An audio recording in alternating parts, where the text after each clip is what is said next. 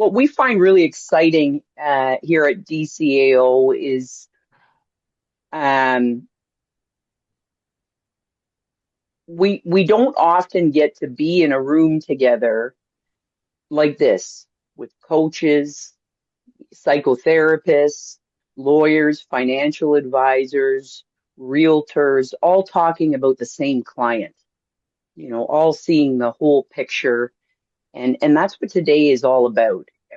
We're not speaking about a model or a system, just us kind of getting to know each other. And we'll share a bit about who we are. Heather and I are here hosting this conversation together and what we're thinking about. And then we thought for the last, half hour or however many minutes we have left, we'd like to have an open conversation. You can raise your hand. I'll invite you to speak, share, ask a question, and we can have some great conversation together. Most of us we work alone, not because we often think uh, we know what's best for our clients, and we stay in our lane and we do our part, and we can we're not quite sure who's handling everything else. And the person who's going through separation and divorce, they're the only thread that's connecting all of us and all of what's going on. They're carrying the legal stress. Um, they're going to therapy sessions. They're working with a coach. Maybe they're selling their home, and the emotional fog that they have going into financial meetings and into their coaching calls is all there, and no one kind of is talking to anyone else. And it's not because we don't care. We care very much. It's often because we don't know one another. We haven't created relationships with one another, and we haven't had a chance to sit in a room together across from a mediator, understand how they are, how they work, how they think, or maybe haven't had a chance to ask a financial advisor what their clients are most afraid of, or maybe hear from a therapist and describe what it's like when someone walks in after a very difficult legal meeting, for example. So this kind of knowing, um, it doesn't come from a referral list. It comes from conversations like this. And that's kind of what we're hoping to accomplish today and chat about. So, Heather, hi. Hi. Before we get into anything else, um, tell us a little bit about you and what brought you to this work. So, interestingly, what brought me to this work was really looking for exactly what we're talking about today, which is a team or a collaborative effort in order to support our clients through divorce. I went through my own divorce, and my situation was such that I actually was divorcing a family law lawyer. And so, this was years ago before mediation was the big presence that it is today. And so we did it more by a four-way negotiation settlement meeting. And so I would walk into this meeting and it was me and my lawyer, him and his lawyer. In my situation, however, it was three family law lawyers and a stay-at-home mom. And so I felt very under valued. I felt very silent. I felt very dumb. I didn't know the process. I didn't understand the language. They were talking in terminology that I was not familiar with. And so it made me feel very small. And these are things that I am not. I am not dumb. I am not small. I'm not insignificant. But this process made me feel that way. And so I got into this work so that I could help clients not feel that way. Mm, yeah, yeah, and similar to myself, 25 years ago, I transitioned through separation and divorce, and I was working in the collaborative law process.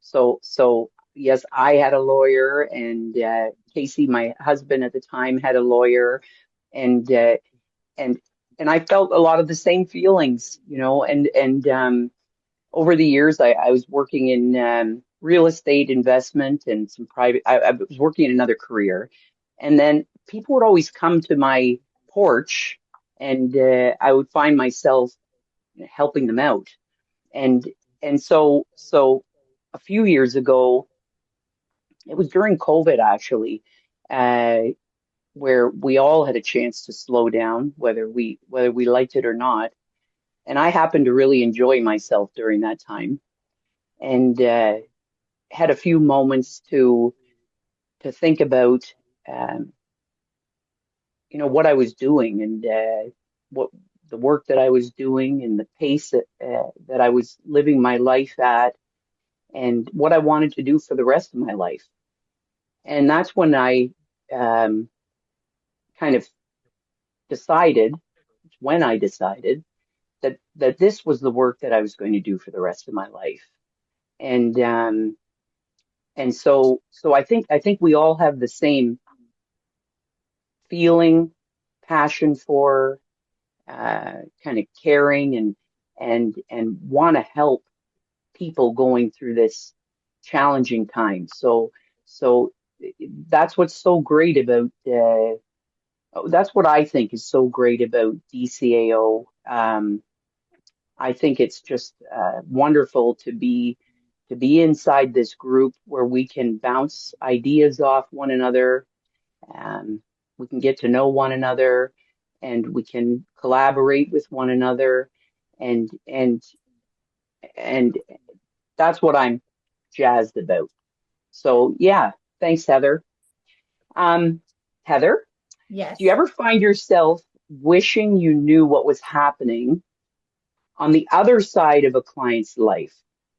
What their lawyer was navigating, or what their therapist was saying.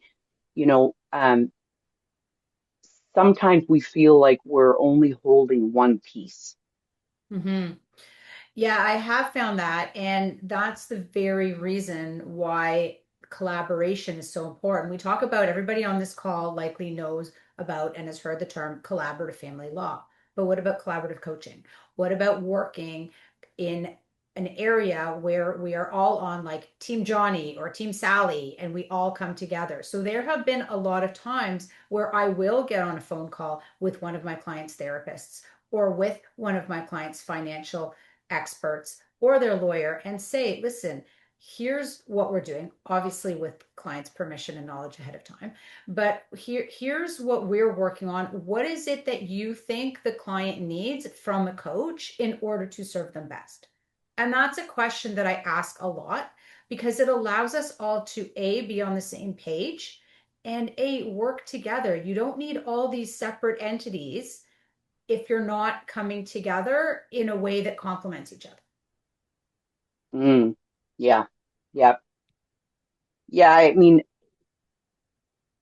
I imagine when you imagine, Heather, professionals in this space, as we all are, actually knowing one another, Mm-hmm.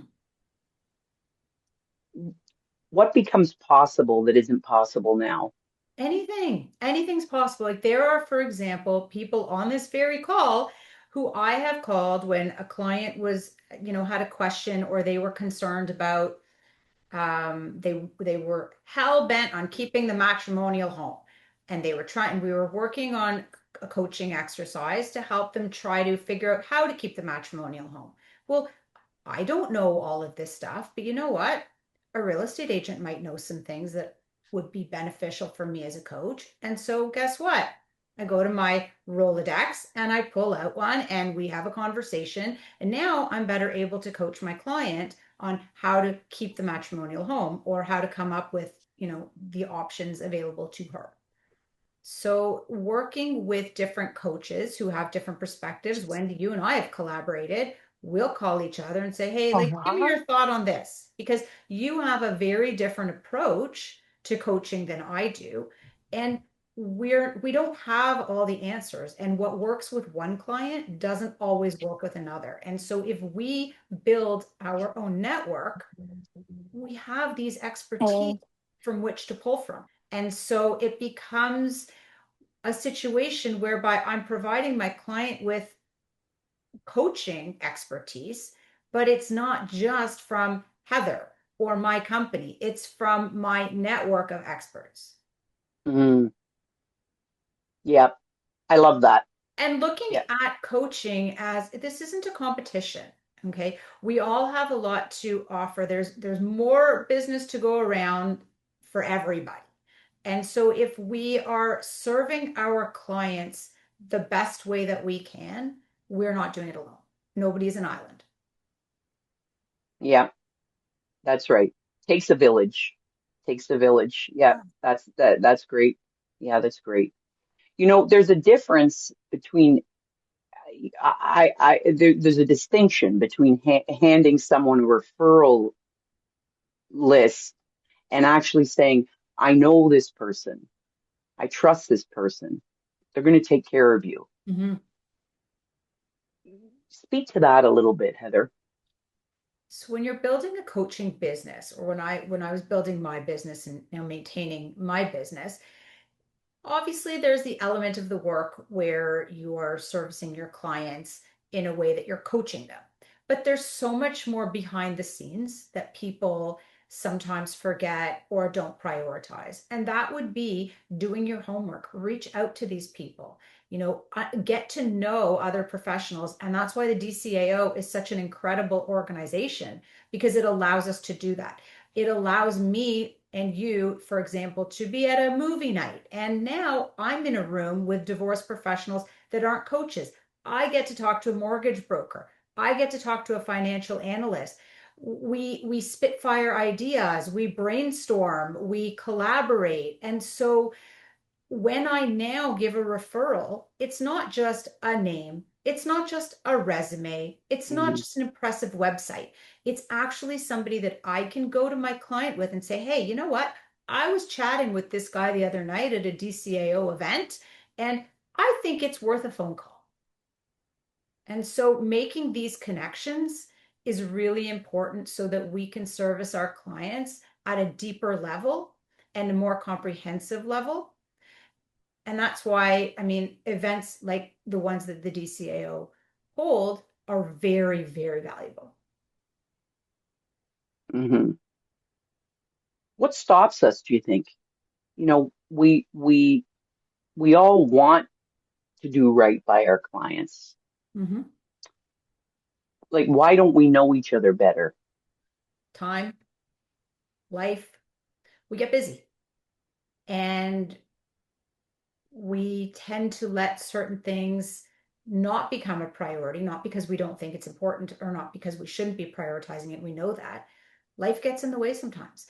And that's why being a part of different organizations, obviously like the DCAO, forces us, forces that time. It's carved out in your calendar, and these opportunities are available.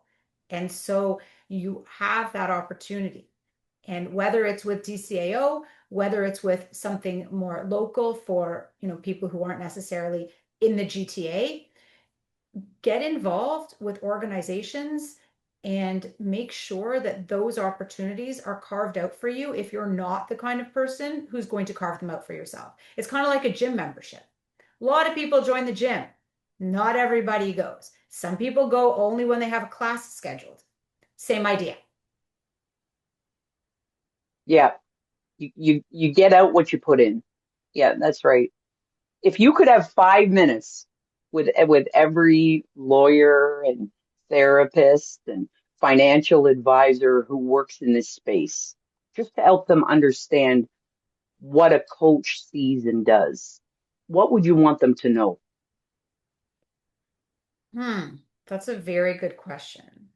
I would want them to understand that we're all here to work on behalf of our client and that we all have our own special area. And I would explain to them my role as a coach, which is not to provide advice. That's the lawyer's job. but my job is to help my clients show up to their other professional meetings with clear vision of what they want, a clear understanding of what they need to ask, and a clear agenda about what they want to accomplish at that meeting. And so if I do my job properly, all the other professionals have an easier job of doing theirs because I ensure that the client is showing up prepared for whatever meeting that is. Hmm. Yeah. How about you? What, I'm gonna flip that around and ask you.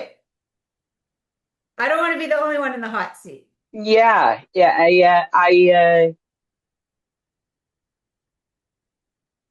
well, as a coach, a part of my practice is working with people who transition through separation and divorce. And um, I can share a story with you. I, Okay, uh, love stories. I, yeah, she came to me about a year and a half ago and uh, had spoke with one lawyer prior to speaking with me, and she hadn't spoke to her husband yet about what she was wanting, and that was a divorce. And so we had some conversation together, the two of us, where she had an opportunity through our conversation to gain clarity around what was best for herself and for her family. And what I think, and and I think she feels the same way, that our conversations helped her to uh, move through this very difficult process. You know, we don't get married with intention of ever getting divorced. Um, Everybody knows the stats, but it's not what you think about when you're walking down the aisle. And and so she was sad and confused and not happy. And when we're in that state of mind, it's really difficult to see through the weeds, and it's really difficult to well, it's difficult to make any decisions at all. You know, it's tough. So through our conversations together, she gained some clarity, and then she was able to um, have a good conversation with her husband, and they've created a divorce as two loving parents. Um, they have two kids, and she we continue our conversations together because they're helping her. So uh, she's we still meet every month, but she has created a family um, that's pretty beautiful. And she worked with a mediate. He's a mediator. He's uh, he was fantastic. But she decided that she was going to do the best that she could um, for herself, for her husband, dad, and for her kids. And she's done that. So this is the work that I love to do. These are the Yeah. conversations that I love to have. And you And touched on something really important when you said you continue to meet with her weekly. When people go through a divorce, you get your financials done, you're done with your financial expert. You get your separation agreement and hopefully you're done with your lawyer.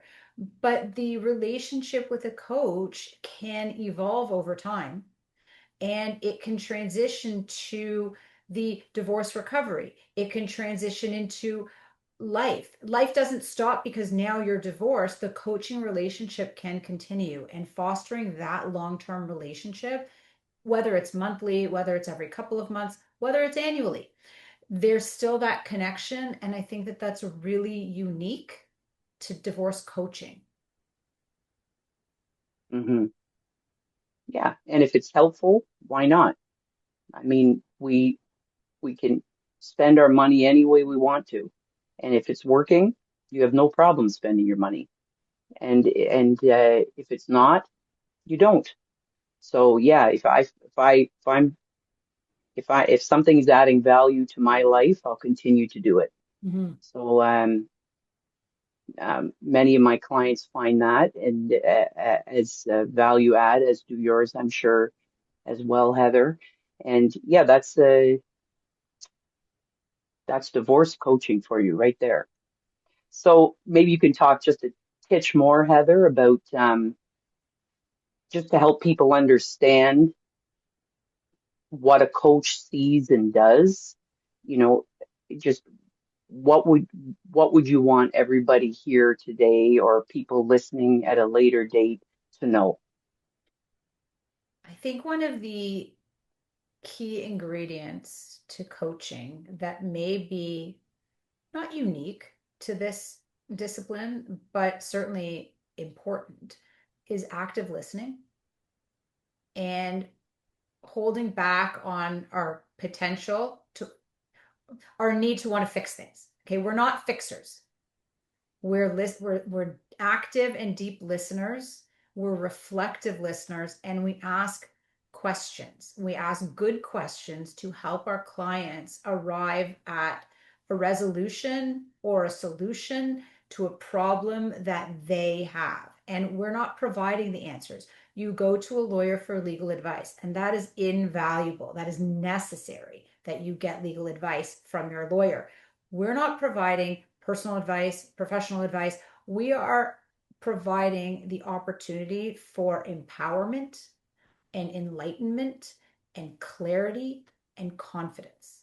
And so that is something that I think is so critical to the coaching industry, is that we're not there to give advice. We're not there to tell you what to do, make suggestions, or give answers.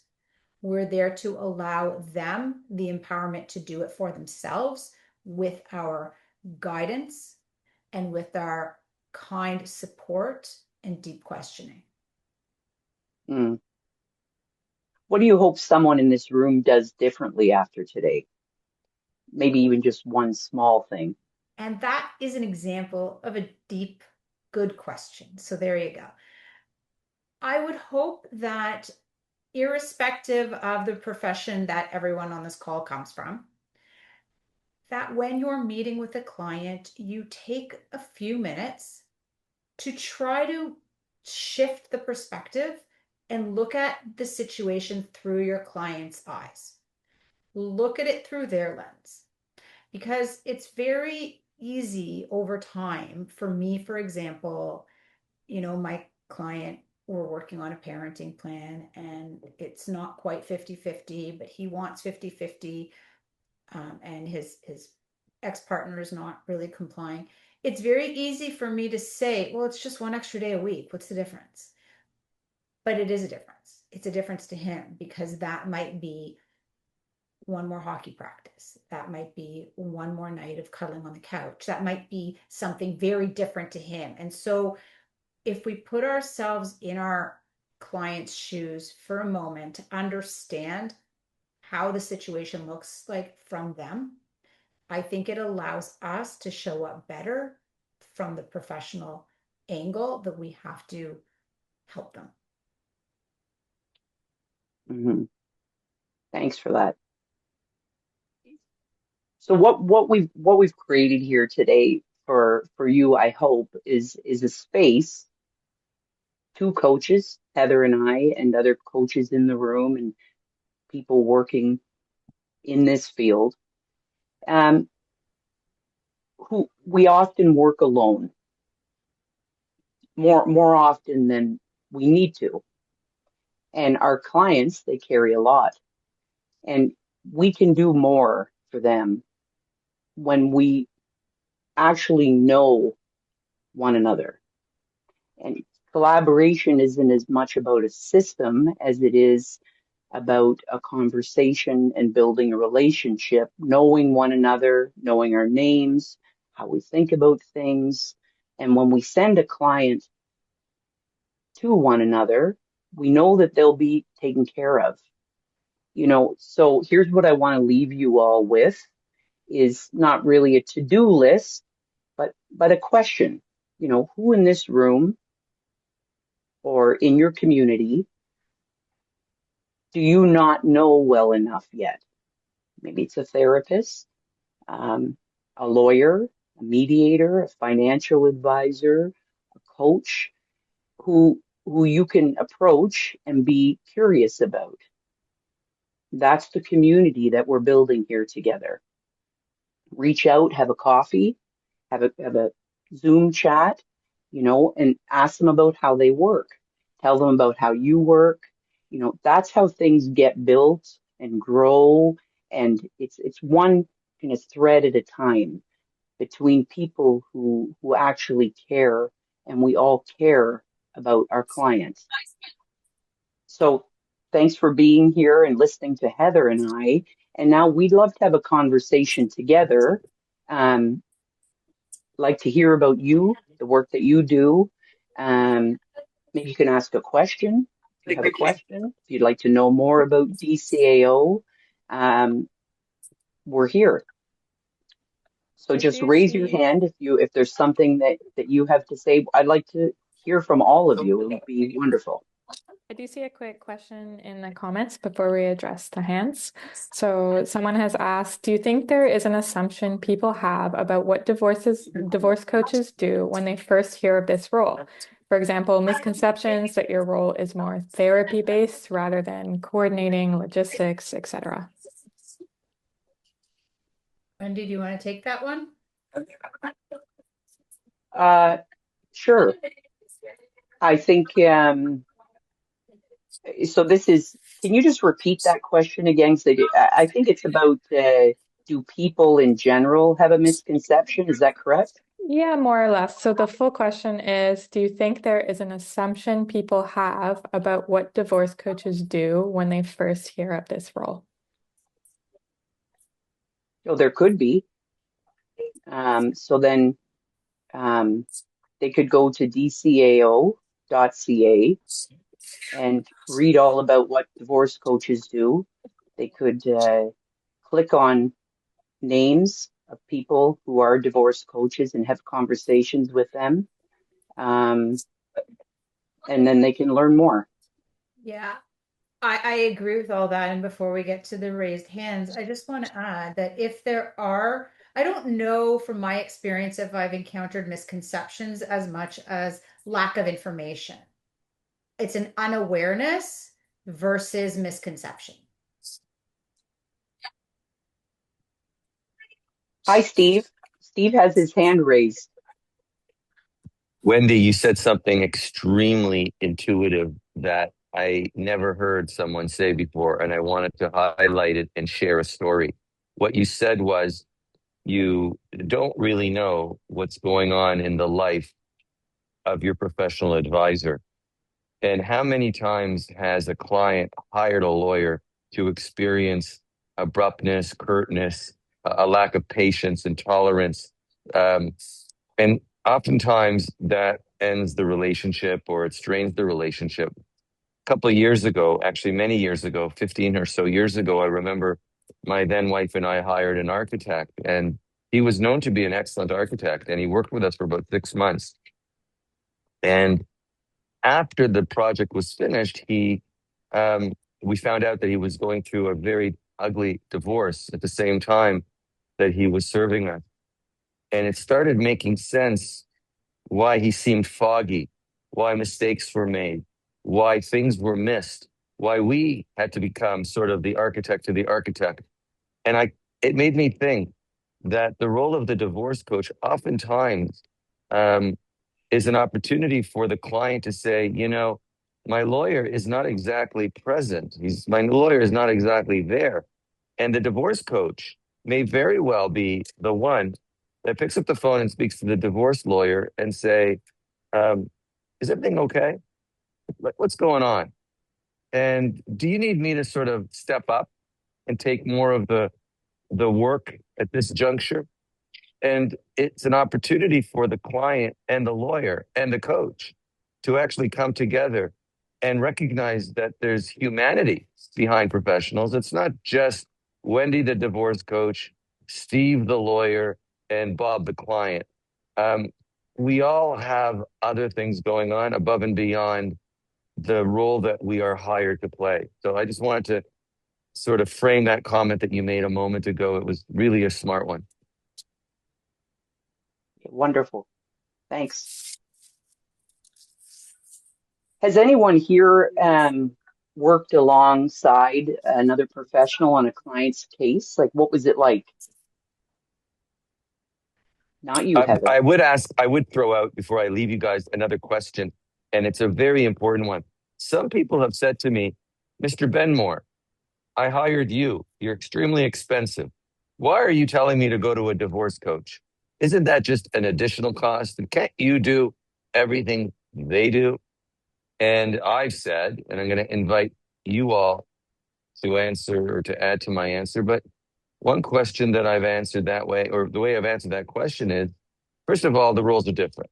Secondly, the availability is different. Thirdly, actually, by you actually paying a divorce coach, you're saving money because if you spend an hour with me after HST, that's around $850.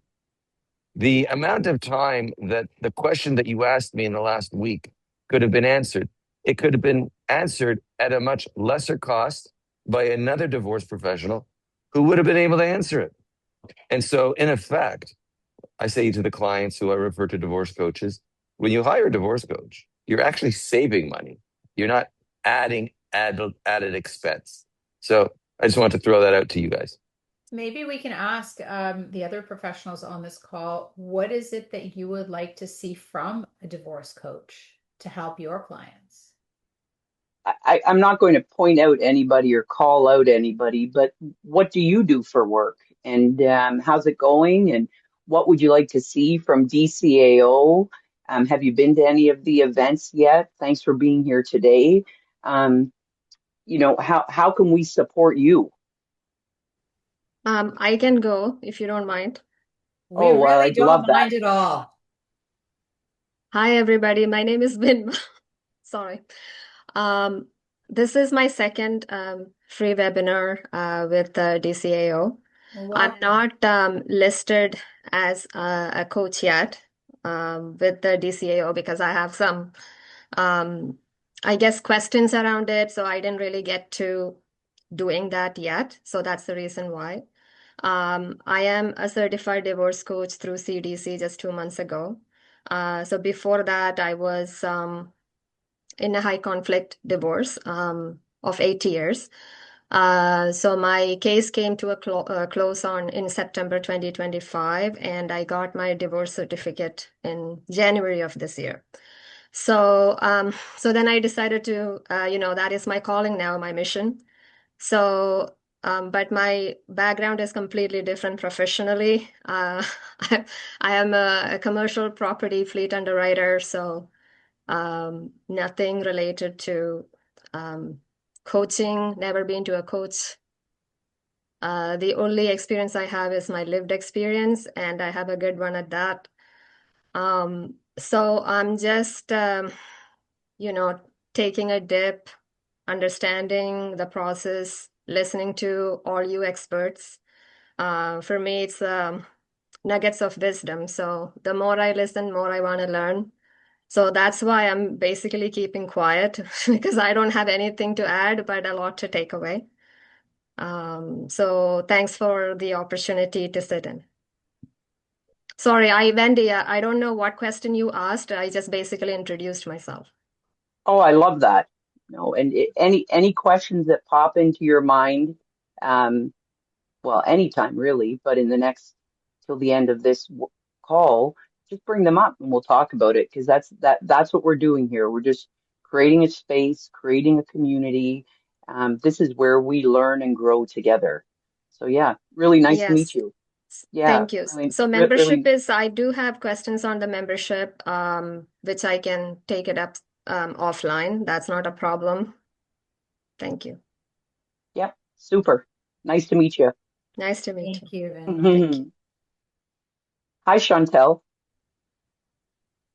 Hi again. Yeah, so thank you for this. This is very interesting. And Heather knows me. She was my mentor for DCA, Alternative Dispute Resolution certification. So I'm a DCA coach. And I went back to school at age 52 to do my master's in counseling. So I just finished my practicum. I'm in the process of getting my College of Registered Psychotherapist license and my CCPA license, which is Canadian Counseling and Psychotherapy Association license.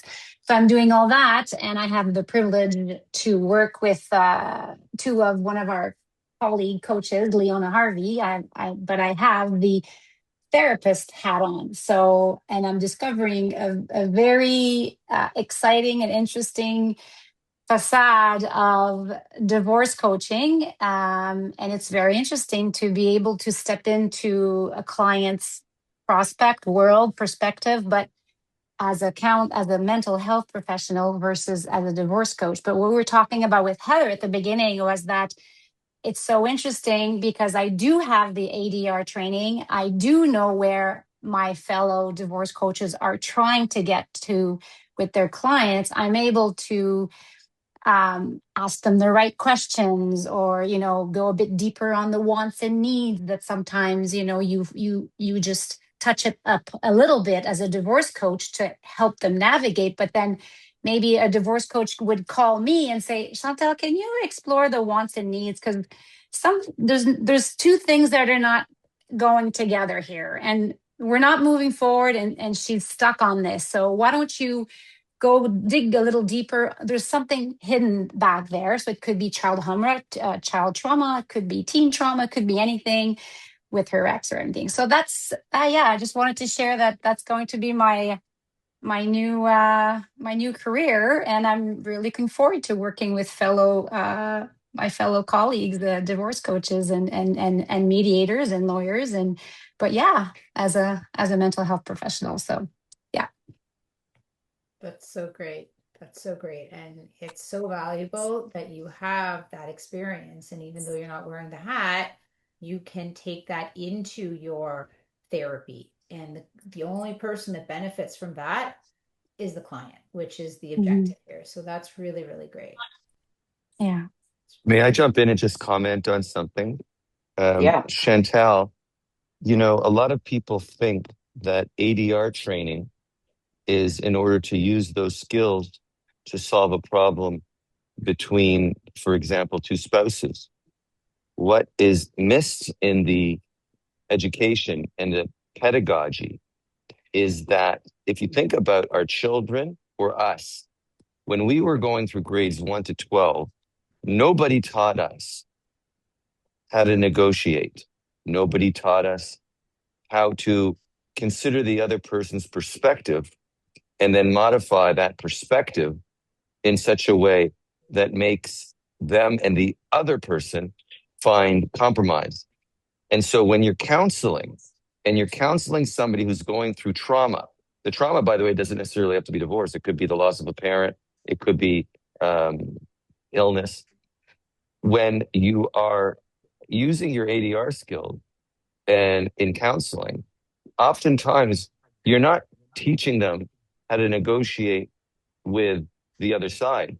You're using your ADR skill to teach them to change the way they perceive the world around them through looking at the world through a different lens. And that is really the learning outcomes of studying ADR and combining it with counseling. And very, very, I mean, I've been in, I don't know how many hours of therapy I've received in my life, but I don't remember any of those hours of therapy using ADR training to move my brain in the direction of experiencing the world around me better. Anyway, so I just wanted to comment on that. And for Vinma, I just want to say that divorce coaching in general and when I use the word in general, I mean like globally, is an emerging profession. No different, by the way, than, a couple of years ago, um, uh, somebody said to me, I said to them, what do you do? And they're like, oh, I'm an EU. No, excuse me, a UE expert. And I'm like, what is that? And they're like, UE. I said, what's that? They're like, user experience. I said, okay, now that I know the words, what does even that mean? And they said, oh, you know how when you're in an app? Well, when you're using an app on your iPhone, there is a very specific kind of training and education to make the app user experience the app better. Like, so it's comfortable. So it's like an extension of your body. And that is what a UE expert is. I said, and that's a job? They're like, oh, yeah. There's like programs, universities, and colleges. I said, well, thank you for educating me. Anyway, bottom line is there are thousands of UEs in the world, if not tens of thousands, because of all of the apps we all use, like the one we're using right now. Having said that, divorce coaching is emerging. It's not something that was around when we were born. And so in the field of divorce coaching, whether it's Chantal's life journey leading to her master's in counseling, or Vinma's experience as a former woman who was married, who is in a completely unrelated field, fleet management. If you look in the mirror and you go, what makes Vinma special as a divorce coach? And rarely do we do this. This is almost like vocational assessment, but I'll give you an example. In Ontario, there are somewhere around 500,000 to 1 million people of South Asian descent. Their ethnicity and their multicultural life experience, their traditions, the way they were raised, the way they marry, the way they have children, the way they interact with their in-laws, the way they interact with their children. It's not the same as it would be for a Korean person or a Latin American person. And so someone like Vinma has lived knowledge that she hasn't even sort of mined. She hasn't even like dug into. But if you were to use that combined with your lived experience through divorce, combined with your training as a divorce coach, and were to offer yourself to the very people that you would have hired 5 or 10 years ago when you were going through it, your experience would be very different. I mean, as great as Heather and Wendy are, I mean, maybe I don't know this, maybe they have it, but I think my guess would be that a Vinma divorce coach would have a much deeper and sensitive understanding of the South Asian family dynamics than someone that didn't come from it, that wasn't raised in it, that wasn't swimming in that pool for 40 years. Anyway, I just wanted to throw that out there, that this is an emerging field, and that people have to start thinking about, where do I fit into it? Because I could do what Wendy does, or I could do what Wendy does for the people that I know really well. Thank you. If I may add to it, I think that is the reason why I got here. I think when I was looking for a lawyer like 8 years ago, I didn't have a family here and I didn't know what I was doing. I had no money. Coach was the last thing in my mind. But looking back with the hindsight that I have today, I feel like if I had a coach, I think I could have, my grief and what my kids went through would have been cut short like 50%. Maybe even the 8 years could have cut short like 8 years could have been 4. There is so many possibilities. And I think that is why I thought this is what I need to do. This is what I want to do for the people that are walking in the same path after me. Thank you for saying that, Steve. Thank you. And thank you for joining us and participating. And thank you for taking your lived experience and trying to make the world a better place. So you yourself are doing something that 99.999% of the people that went through what you're doing and what you went through did not choose to do. You're stepping forward and you're trying to help others given what you went through. So, we at DCAO look at someone like you and go, kudos, thank you. And we're here to bring you into our umbrella so that you can do this and make the next Vinma's life better than this Vinma's life was.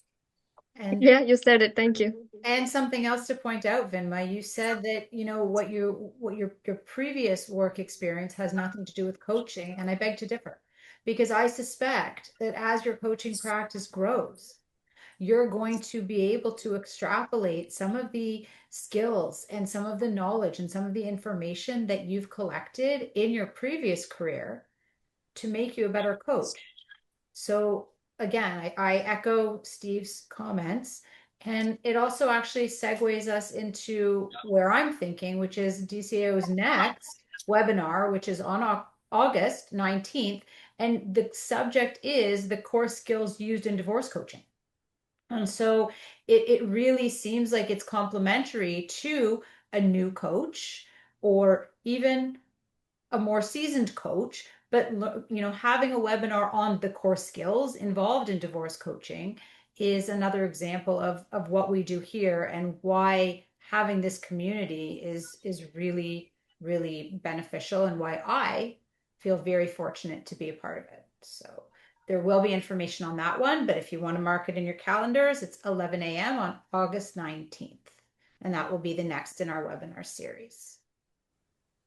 Something that I found really difficult when I first started my coaching practice was, we learn a lot about it was marketing 101 and then 101.5 and 101.6. You had to figure all this stuff out. Like, what's my message? What's my branding? How am I going to talk to people?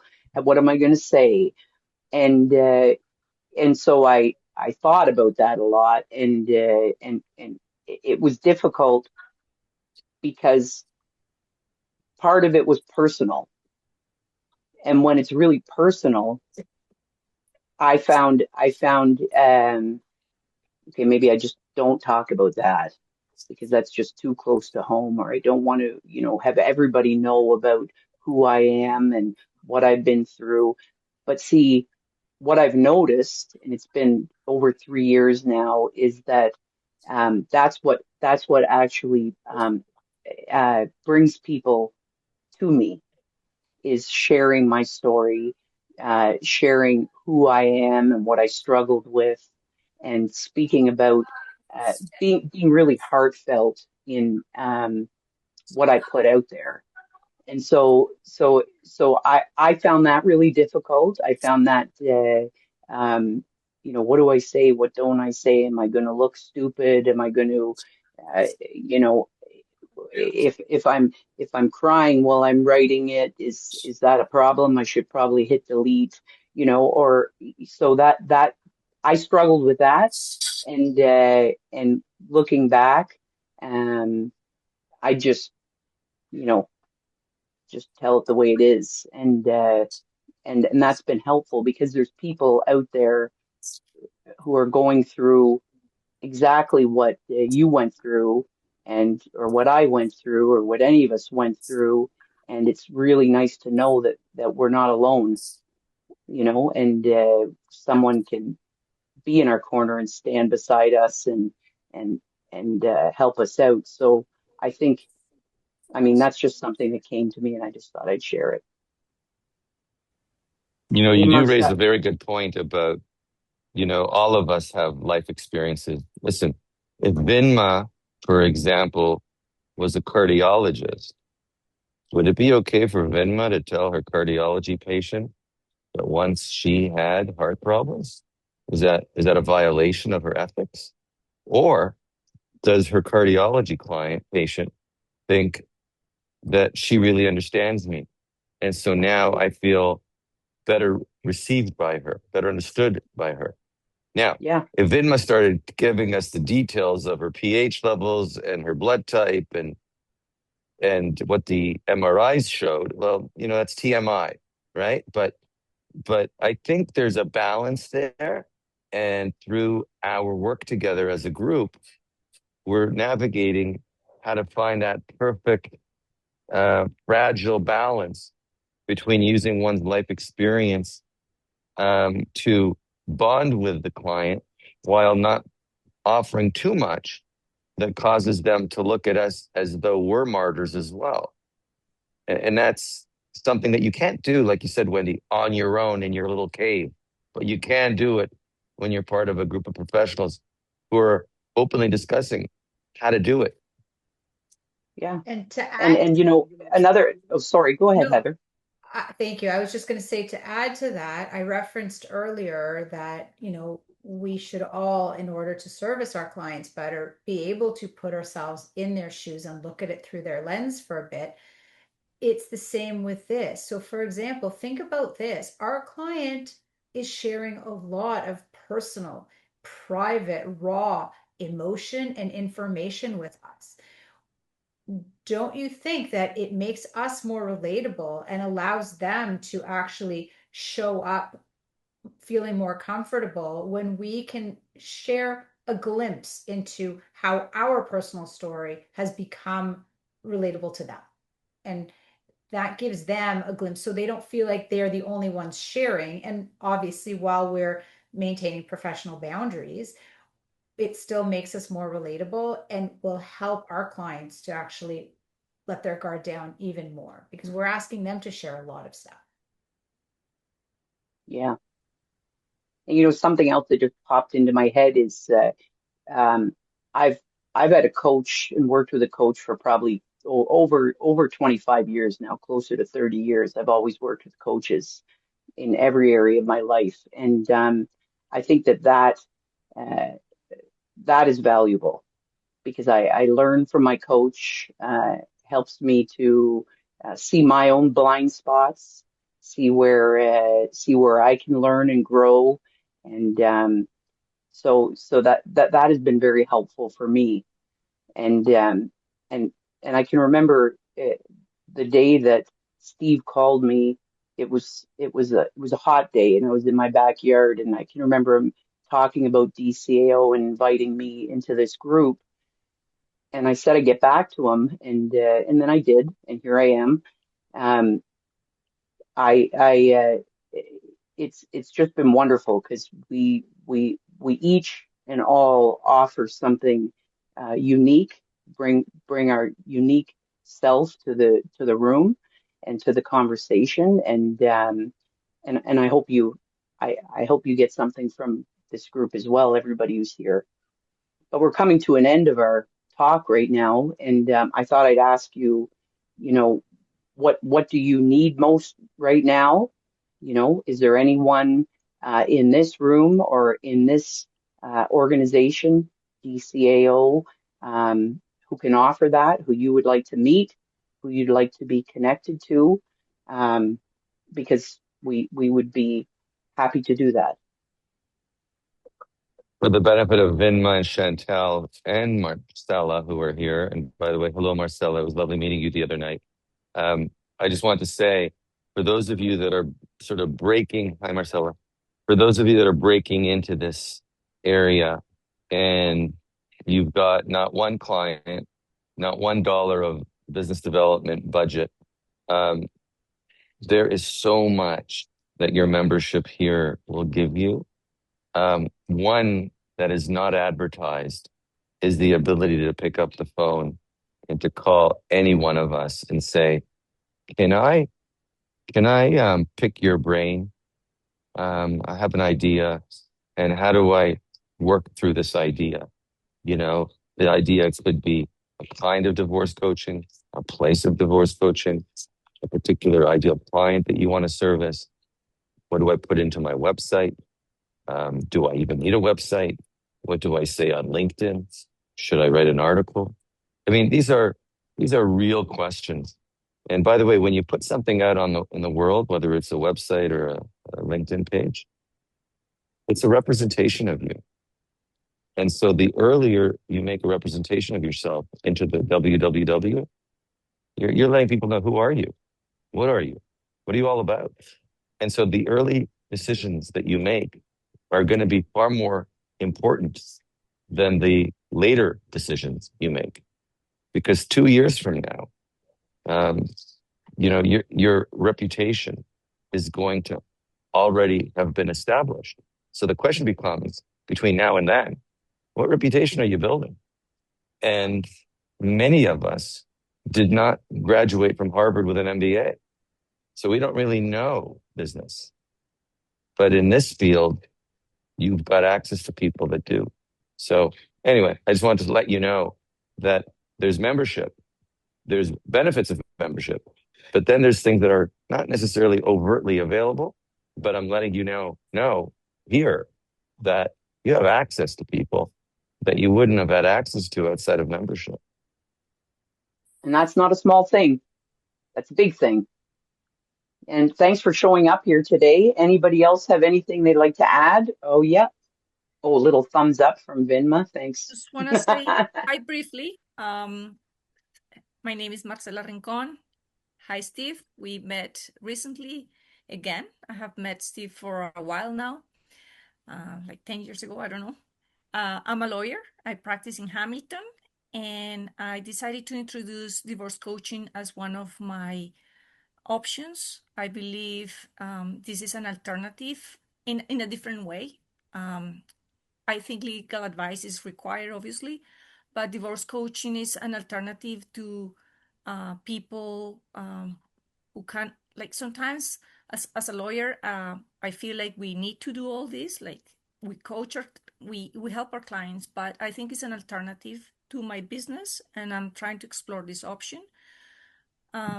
Meeting all of you is great. I think this is a great community, and I think it's important that I haven't registered, but I feel like being able to connect with other people who share the same beliefs and trying to help people is very important. So this is an opportunity for me to meet all of you, and if there is anything I can do, I'll be happy to help as well.